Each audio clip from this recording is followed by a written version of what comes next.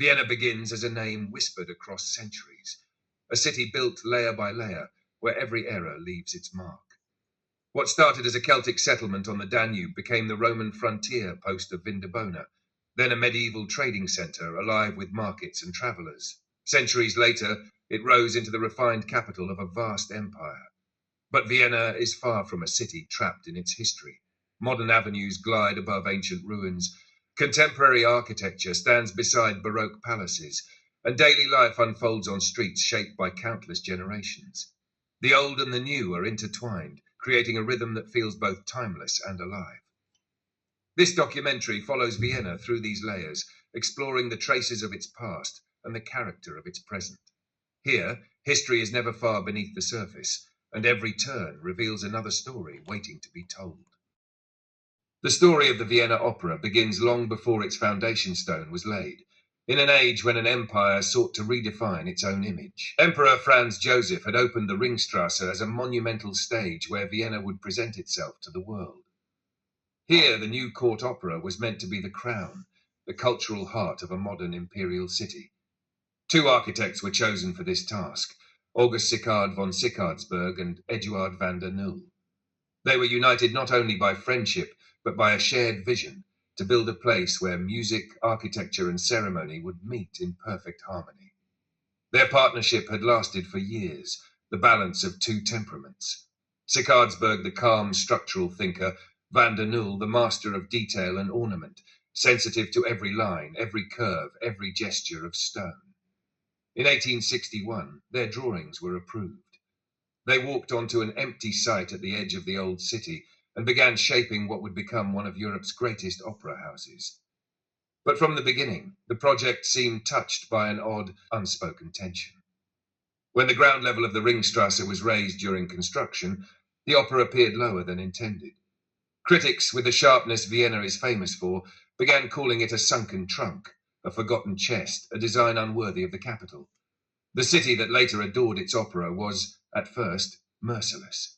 Van der Nul suffered the most. Sensitive, precise, and intensely committed, he was wounded by every newspaper comment, every mocking remark overheard in cafes. His colleagues noticed him withdrawing, sometimes staring for long minutes at columns he had designed, as if searching for an error only he could see. The pressure mounted, and in April 1868, a year before the opera opened, he took his own life. Vienna was stunned. People spoke quietly of a man undone not by failure, but by the cruelty of public judgment. Sickardsberg, always the steadier of the two, tried to continue the work alone. He oversaw the final stages of construction, visited the workshops where sculptors and painters crafted the last details, and stood on the scaffolding in rooms that now echo with some of the world's greatest voices. Yet the loss of his longtime friend and collaborator weighed on him like a shadow. Only weeks after van der Nul's death, Sickardsberg collapsed from a stroke and never recovered. Two architects, gone before their masterpiece opened its doors. And Vienna, a city that thrives on narratives as much as music, began whispering. The timing was too close, the deaths too entwined. Some said van der Nul had not only been crushed by criticism, but by the hostility of powerful figures who preferred a different style. Others murmured that Sickardsberg's sudden death was more than grief, that he had been exhausted, pressured, or even pushed aside. No evidence was ever offered. The Empire did not permit such speculations to reach print. But the opera had inherited a veil of mystery along with its marble staircases. When the Vienna Court Opera finally opened in 1869 with Mozart's Don Giovanni, it was an extraordinary moment. Shining lights, carriages lining the boulevard, nobles stepping out in their finest attire. But behind the celebration lingered the absence of the two men who had envisioned every balcony, every vault, every arc of the ceiling. Their names were engraved on the building, but their ghosts, real or only imagined, became part of its foundation. And yet the opera lived. It not only survived the initial criticism, but soon became the heart of the city. It endured the collapse of the empire, the burning of 1945, the long reconstruction that followed. Today, it stands as one of the most renowned opera houses in the world, its stage a place where music itself seems to breathe. But if you walk through the building after hours, past the grand staircase where gold and marble shimmer in low light, you may sense something else, a quiet presence woven into the architecture, not a haunting, but a memory. The dedication of two men who gave everything to this creation. Their fate became part of its identity, shaping the opera almost as much as its stone and columns.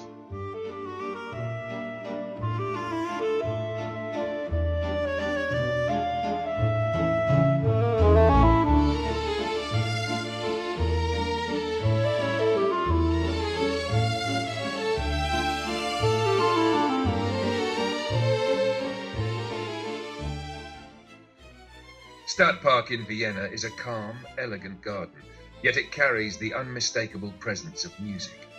The golden statue of Johann Strauss stands at its heart, violin lifted as if the next waltz is about to begin. In the late 19th century, the nearby Kursalon became a popular concert venue, and Strauss often performed there with his orchestra. Crowds filled the paths and lawns, listening as his music drifted through the trees and across the ponds. Today, the atmosphere still recalls those evenings. Summer concerts return to the Kursalon, people gather on benches, and the soft light seems to touch the Strauss monument with a warm glow. A reminder that this park has always been one of Vienna's most musical places.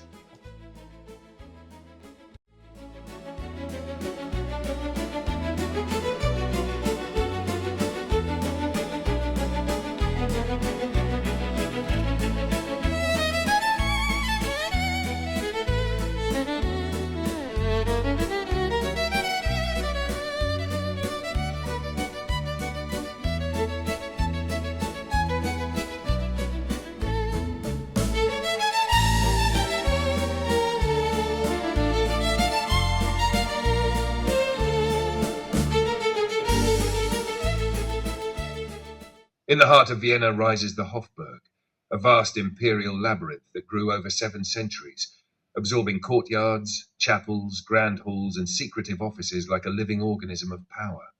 What begins as a palace soon becomes a world. Baroque façades dissolving into Renaissance wings, medieval walls hidden behind neoclassical marble. Every corner feels layered, as if time itself settled there in slow, careful folds. By day, the palace is a monument to the Habsburgs' discipline and ritual. The imperial apartments of Emperor Franz Joseph, austere and orderly, still hold the silence of a ruler who rose before dawn and worked until exhaustion. His writing desk, his uniforms, the narrow bed he slept in, they seem almost too modest for an empire that stretched from the Alps to the Adriatic. Yet they reveal a man who believed duty was a kind of self-erasure. Then there is Sisi, Empress Elizabeth, whose presence lingers in the palace like a perfume that never fully dissipates. Her rooms, white, airy, hung with mirrors, feel unlike anything else in the Hofburg. Here she trained obsessively, recorded her thoughts in secret poems, and evaded the suffocating etiquette of the court. The Hofburg could not contain her spirit, yet it remains one of the places where she is felt most strongly. In the gymnasium she had installed, in her star-shaped jewels, in the melancholy that seems to drift through the corridors she once tried to escape. At dusk, the Hofburg becomes something different. Shadows gather under the arches of the Swiss gate, the oldest surviving entrance. The dome of the Michaela tract glows faintly, and the curved facades seem to whisper the accumulated weight of ceremony, negotiations, and unspoken decisions. The palace is no longer just architecture, it is memory.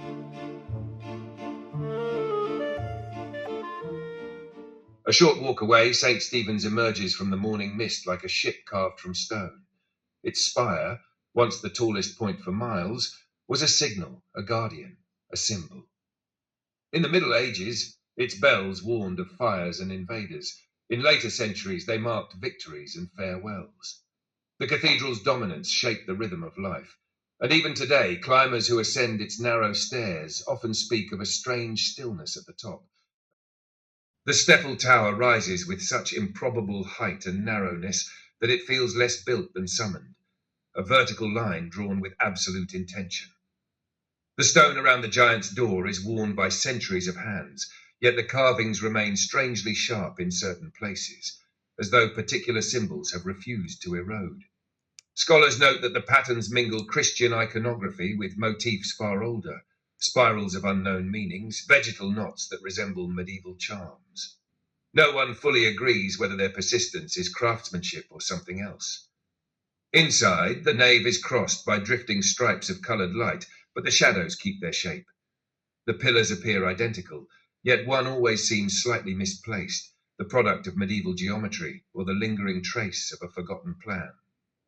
Visitors sometimes pause without knowing why, as if a silent instruction has just touched their shoulder. The roof, dazzling from afar, becomes even stranger from up close. Tens of thousands of tiles forming symbols that seem purely imperial until you notice asymmetries no map explains. Restorers occasionally comment on patterns that appear in old drawings of the roof, but no longer exist, as though the building itself edits its own heraldry over time. Beneath all this, in the catacombs, the air is colder than the surrounding earth should allow. Vaults branch off in directions missing from official diagrams. The walls hold centuries of human remains, yet what unsettles is the architecture itself, angles that feel too steep, alcoves that seem placed for reasons no guidebook describes.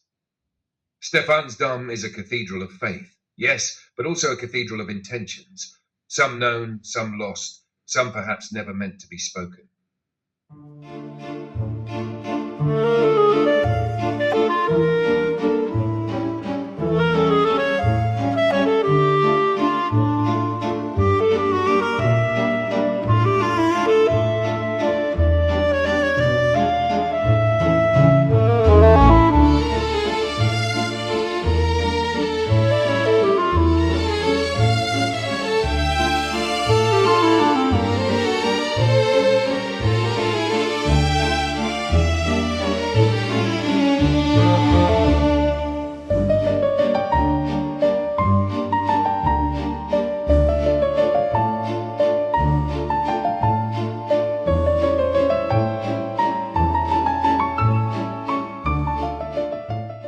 The Vienna Rathaus rose from the Ringstrasse in 1883 as the new heart of a modernizing empire, a neo-Gothic giant designed by Friedrich von Schmidt, stretching 152 meters across and containing nearly 1,600 rooms, 7 courtyards and staircases wide enough for a small procession.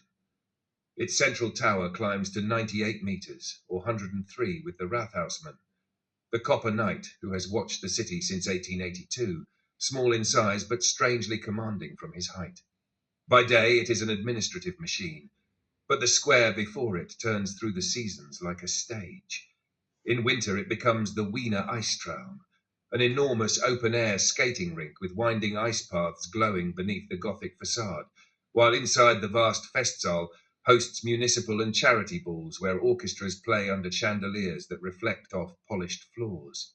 In summer, the square transforms again into the city's great film and concert festival, thousands gathering before a giant screen as the illuminated Rathaus stands behind them like a silent guardian.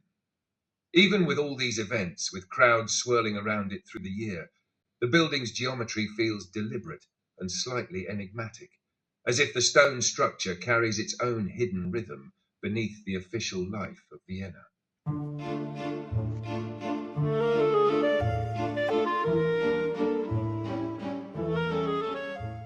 Karlskirche is one of Vienna's most enigmatic buildings, a church wrapped in layers of Baroque theatricality, imperial ambition, and subtle esoteric symbolism that whispers of Masonic thinking without ever declaring it outright. Rising above Karlplatz, the church was commissioned by Emperor Charles VI after the plague of 1713. He dedicated it to St. Charles Borromeo, the patron invoked against epidemics, but Fischer von Erlach, the architect, turned the commission into something far larger, a manifesto of imperial cosmology, a statement in stone about order, hierarchy, and the divine geometry of power. The tranche of its architecture, the way the elements slice together into a single symbolic program, is unmistakably intentional. 2 colossal spiral columns flank the facade, carved with reliefs that ascend like a visual initiation, scenes twisting upward in a journey from chaos to heavenly clarity. Their form echoes Trajan's column, but their placement at the entrance, like guardians or pillars of wisdom, recalls the paired pillars Jachin and Boaz from temple symbolism, forms often borrowed by Masonic architects of the 17th and 18th centuries. Behind them, the oval dome rises not like a simple cupola, but like a lantern of revelation. The interior is structured on axial symmetry and harmonic proportions, the Baroque love of curves fused with a geometric discipline that seems almost ritualistic. Light is choreographed, falling from the dome, sliding across marble pilasters, illuminating frescoes of ascent and redemption. It feels less like a church and more like a carefully designed stage for transformation.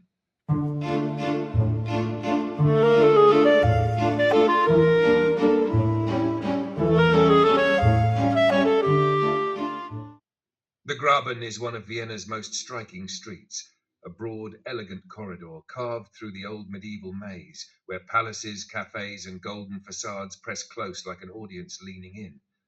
The space feels theatrical. Everything flows toward the shimmering centerpiece that dominates its heart, the plague column. The column rises like a petrified prayer. Clouds of carved marble twist upward, angels pushing back darkness, saints reaching toward a blaze of gilded light. It was built after the Great Plague of 1679, a vow made in terror and fulfilled in triumph.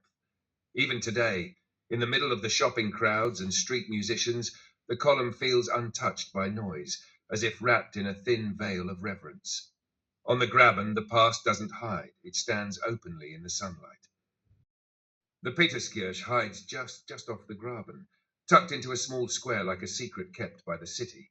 Its green dome rises suddenly above the narrow streets, soft and luminous against the stone around it. Inside, the church glows with gold and shadow. Frescoes climb the curved ceiling, and the altar burns with warm light. Even in the bustle of the centre, Peterskirche feels hushed, a small Baroque sanctuary where the noise outside fades, as if the walls themselves guard a quiet mystery. Inside Peterskirche, the Baroque interior unfolds like a miniature palace of light and shadow.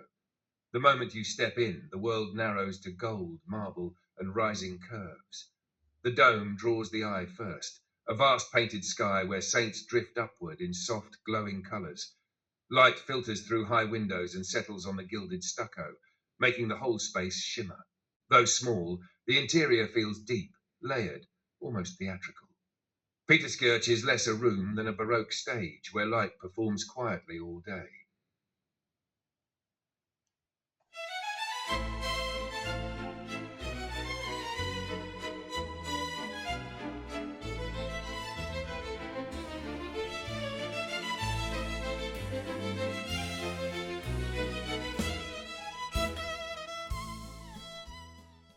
The Belvedere in Vienna is a Baroque masterpiece. Two palaces connected by terraced gardens, fountains, and statues, where architecture and nature meet in harmony. Inside, gilded halls showcase centuries of Austrian art, but the true star is Gustav Klimt. His The Kiss glows with gold and intricate patterns, a sensual, symbolic embrace that mirrors the palace's opulence.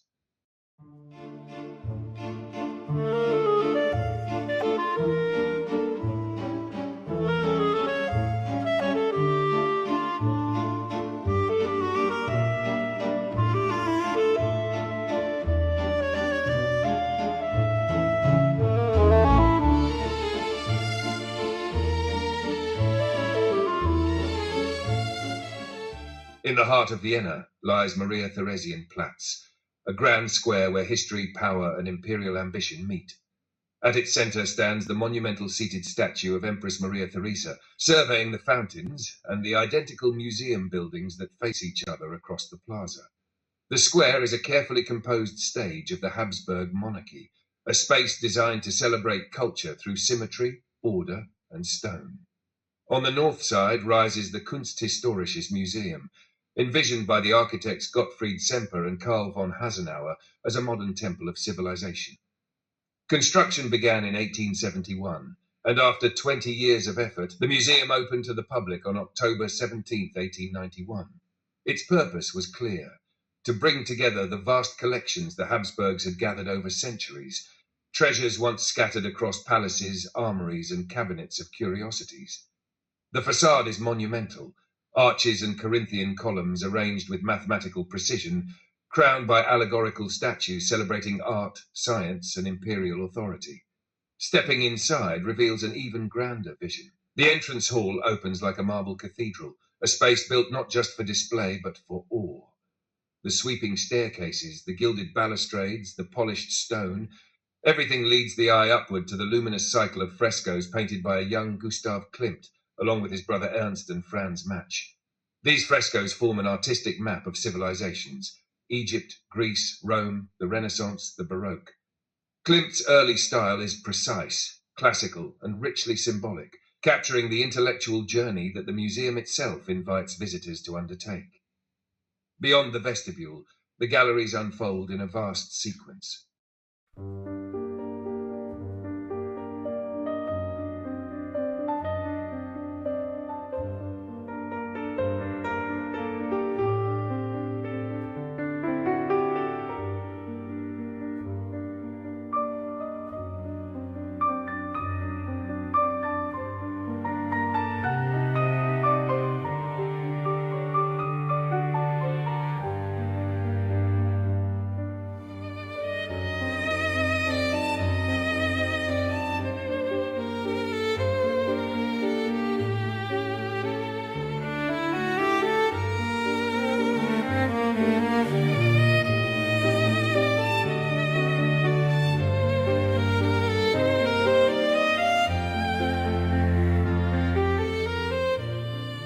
The Picture Gallery holds one of the finest collections of European painting in the world. Masterpieces by Titian, Caravaggio, Rubens, Velázquez, Rembrandt, and Vermeer. The museum also preserves the world's greatest ensemble of works by Pieter Bruegel the Elder, including The Tower of Babel, Hunters in the Snow, and Peasant Wedding, paintings that shaped the visual memory of European culture.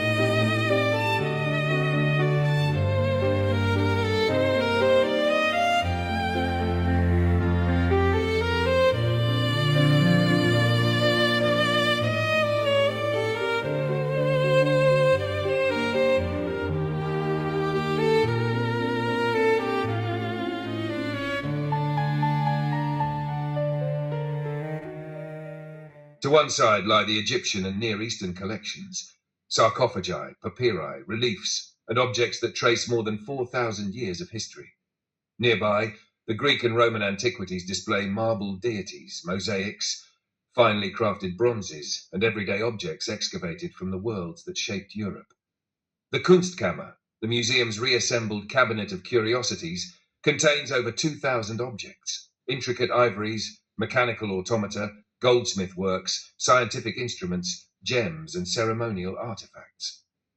These items reflect not only artistic brilliance, but the intellectual curiosity of the Habsburg rulers who collected them. During the turbulent years of the Second World War, the museum's most valuable works were carefully removed and stored in secure locations, including salt mines, to protect them from bombing and looting. Thanks to meticulous planning, the vast majority of the collection survived intact, though some works remained displaced for years before being returned. The building itself suffered minor damage but emerged from the war largely preserved, a testament to the level of protection afforded to cultural heritage. Today, the Kunsthistorisches Museum stands as one of the world's great repositories of human creativity. From the harmony of Maria Theresienplatz to the golden vaults painted by Klimt, from Bruegel's visionary landscapes to the ancient statues resting in quiet dignity, the museum tells a story of civilizations rising, transforming, and enduring.